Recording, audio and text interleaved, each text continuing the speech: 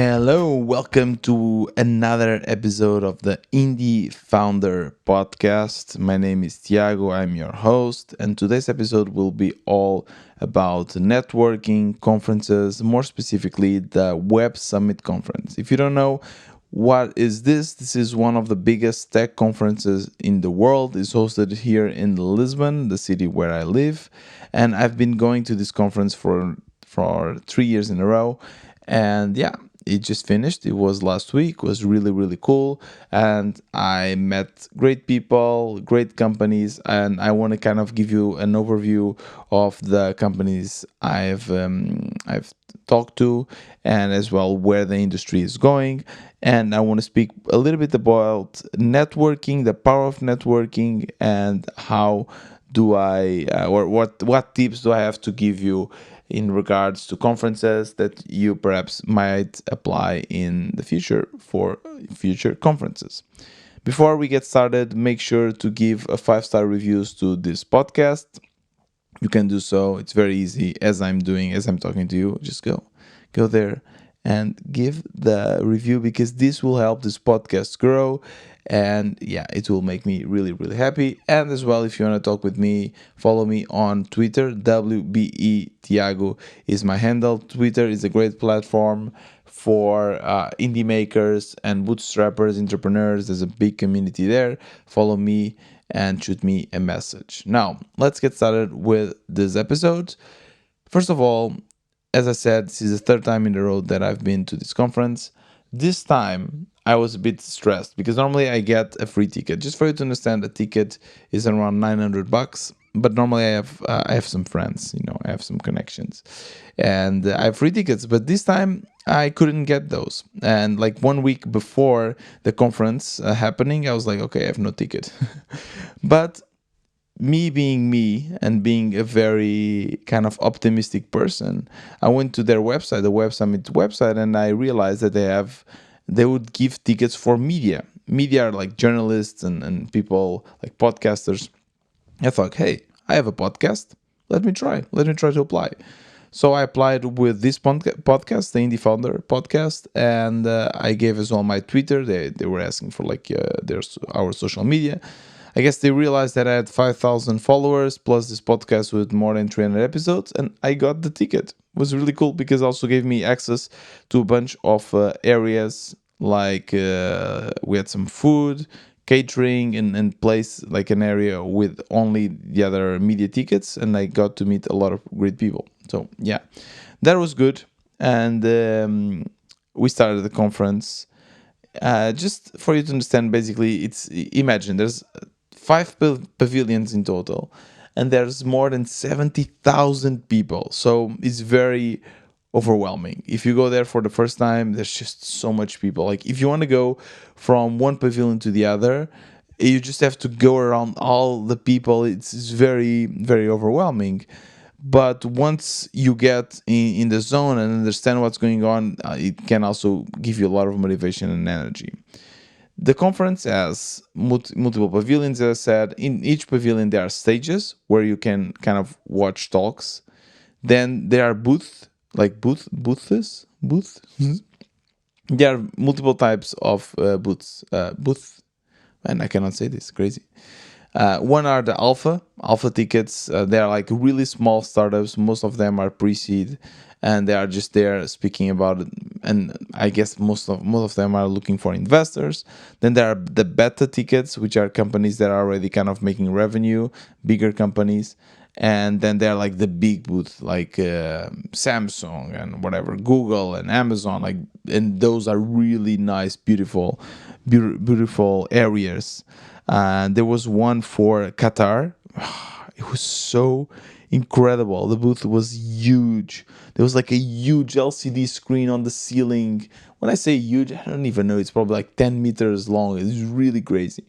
So some companies, some countries, they spend tons of money in this conference. Really a lot of money.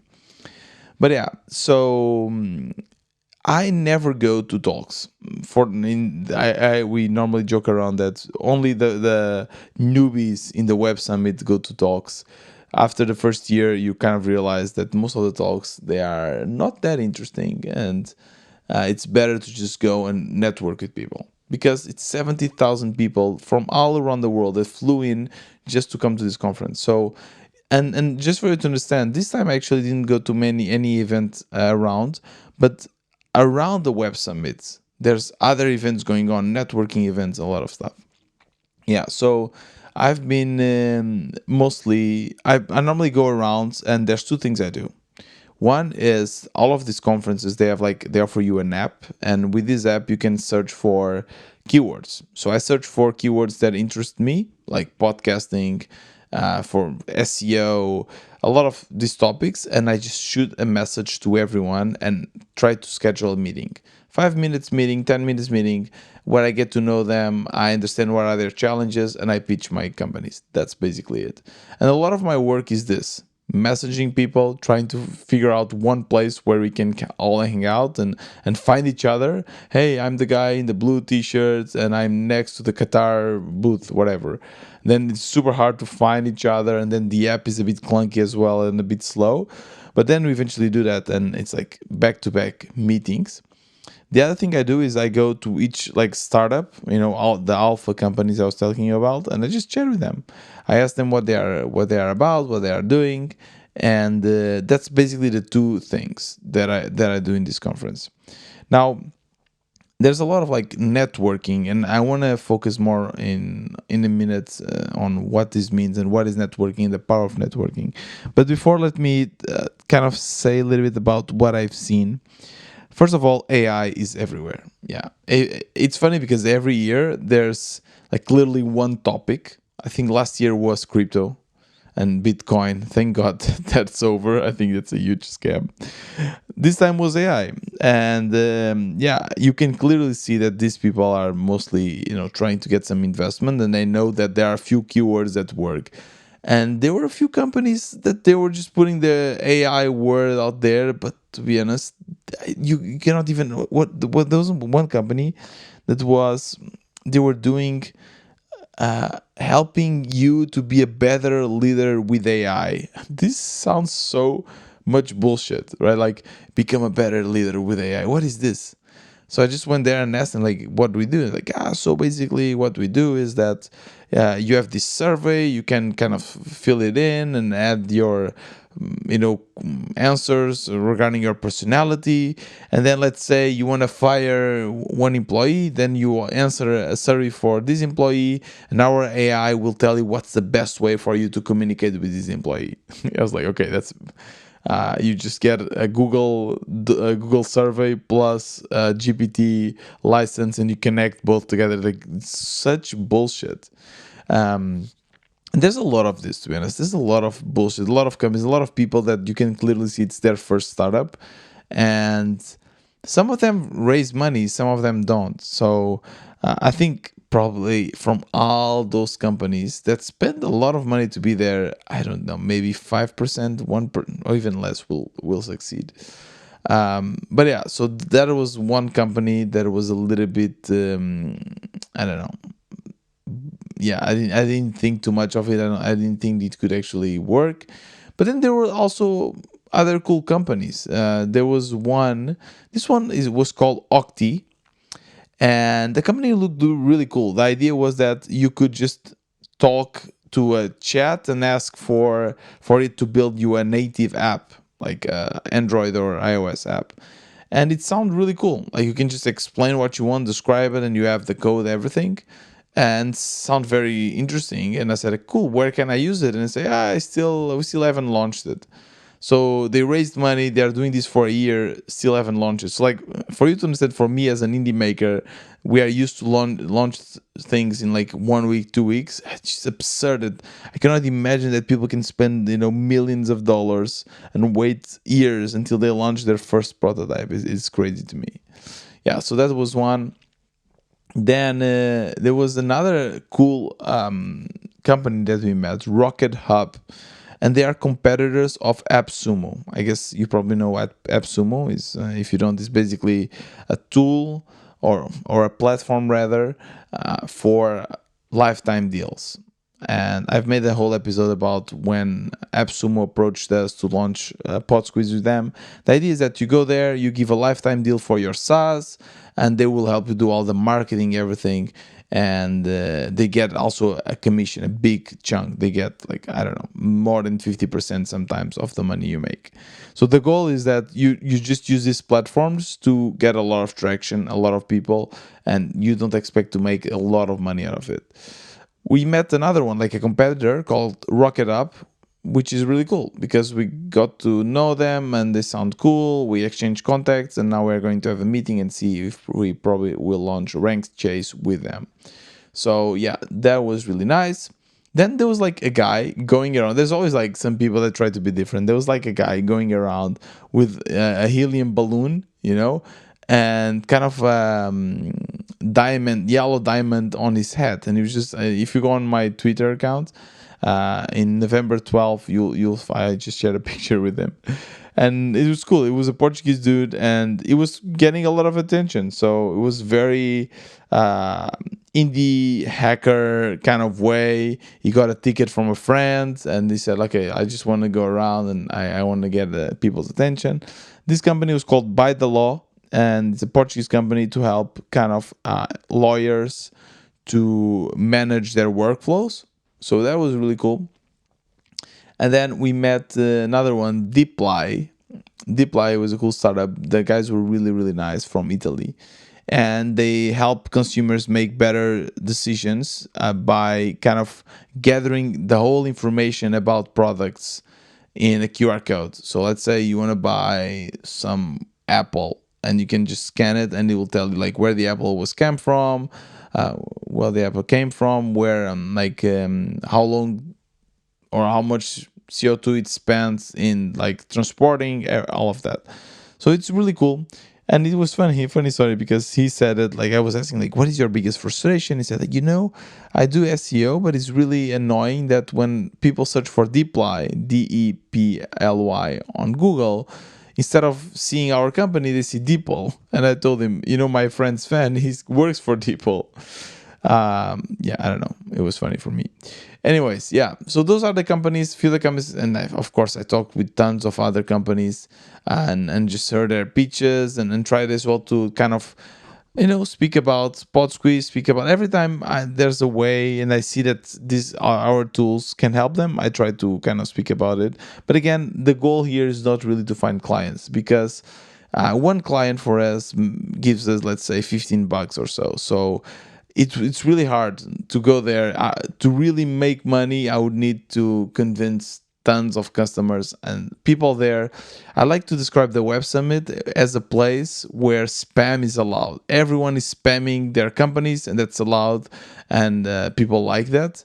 But this also means that it's really hard to convert people there, because they will just listen to you and forget about you, and move on to the next thing. So that was the cool part. Then one other aspect of it, as I told you, is that I got the media ticket. Really cool, because it gave me access to a whole new pavilion. I unlocked the new pavilion, and this pavilion was for media. So first of all, one thing that is really annoying on Websummit is that the queues are immense. Like if you want to go and grab a bite to eat or something, you normally have to wait, plus it's expensive. With the media ticket, there was a whole catering area with super delicious food with no queue. I would just get in, grab my food, and it was like a buffet, typical Portuguese food. I sat down, and every time I sat down, I would sit in like this kind of big tables where you'd sit around with other media tickets, and it was always amazing for network. Every time I went there, without even kind of breaking a sweat, I would find someone really interesting and just talk and network. And this was great, because I got to meet people that work in media, work in kind of magazines and TV channels, and mostly here in Portugal. So first day, I immediately got invited to be a guest on a show, like a podcast. Really cool.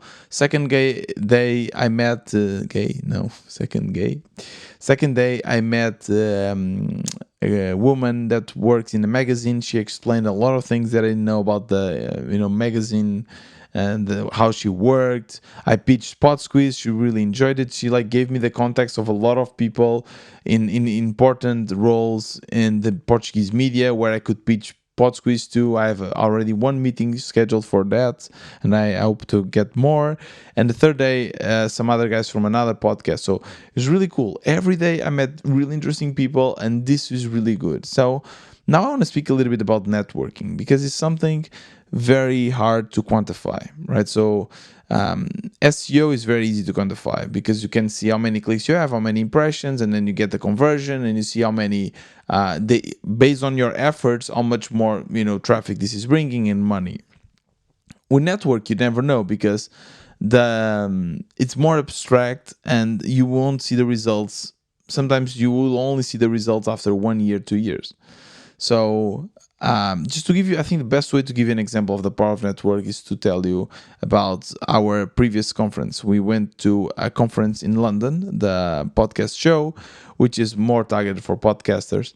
And there, I talked with a lot of people, and a few actually we exchanged some really interesting contacts. So one guy worked for Auphonic.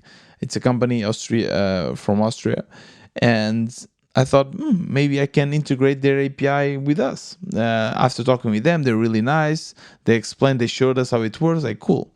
Then eventually after the conference, we implemented, and now we do audio enhancement, and you can do all of that with PodSqueeze because of this integration.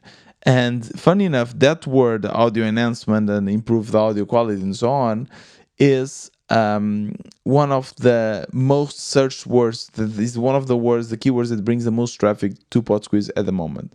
So this is huge impact. But first of all, I didn't know that this would lead to that when I met them. Second, it took a while, right? So it's really hard. Another guy that we met in this conference was a guy that works in one of the biggest Indian hosting providers. Since then, we have been talking a lot. He introduced me, like he added me to a group with other people from the industry. We made already some partnerships. So, this happens. So my approach now with networking is I don't try to sell anything. I just try to listen, to genuinely be interested about what what they're doing, what are their challenges, and if it eventually makes sense, and if my company brings value to them, I pitch it. If it doesn't bring value to them, I try to help them in any other way, perhaps connecting them with other people that I've met, giving them advice, or just having a nice conversation. That's it. That's what networking is. I like it. Some people don't. I like it, and I know that I will gain something from it. Either knowledge, either a nice conversation or a partnership, whatever. I will always gain something, and that something will eventually be applied. But it's hard to measure. But it's good. It's really really good. So yeah, that's basically the approach for me. And regarding like the conversations I had with people, we were mostly focused on rank chase. Our new tool. I actually will need to do an episode all about it, but it's a tool for SEO and backlinks, and basically to help people to get more backlinks to their website. And I've met a lot of people doing SEO. Funny enough, they were not super interested in rank chase. They gave us great feedback. We kind of showed the tool, where we asked what they thought about it, and they gave us great feedback that we'll now implement. But they also raised a few concerns that we were not aware that they had. So that was good. That was also really important for us to get to know more people in the industry, to get more feedback. So that was really really cool. And yeah, that's basically it. That's basically it. There's nothing more this time. Normally there's also some parties afterwards. They're a bit lame. There's nothing going on, but yeah, this time I didn't go, but maybe I should have gone. I don't know. But yeah, these are always cool. Then there's the side parties that are not necessarily from Web Summit, but people that come for the Web Summit, and they just sometimes rent like an Airbnb or a bar or something, and they get people around, they pay some beers. That is normally really cool. But yeah, again, this year I didn't go to any. But yeah, I just want to say networking is important. If you like it, you can actually get better at it. So at first, when I was doing this, I was very awkward. I didn't know how to finish a conversation. I would sometimes drag conversations for too long because I didn't want, and I was a bit shy. But not only in this conference, but let's say, for instance, on Indie Beers. Indie Beers is a cool event around indie hacking here in Lisbon. Every month there's like a meetup, and I was very awkward to go there alone. I didn't know how to talk with people. Now, first of all, I just realized that most people are there for networking. That's what we are. They are there. That's why they are there. They are there for networking. They are not there to just hang out with their group of friends. No, they're just like to meet new people and talk about business, whatever the meetup is for. So yeah, I just go there. I join a group. I say hi, and I start talking.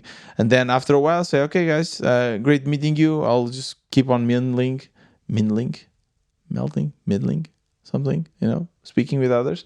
And they accept it because that's part of the game. That's networking. They don't get upset with you because you finish the conversation. No, it's completely fine. You exchange contacts, you exchange LinkedIn. This is really cool. This is also a great way to exit the conversation. You say, "Hey, amazing meeting you. Shall we exchange contacts?" They say, "Yeah." You pull off your phone, you open a LinkedIn app, then you go on search, you click on the QR code, they can scan it, you are in contact. They say, "Okay, great, thank you, great meeting you, see you around." "Yeah, great meeting you," and you move on to the next conversation.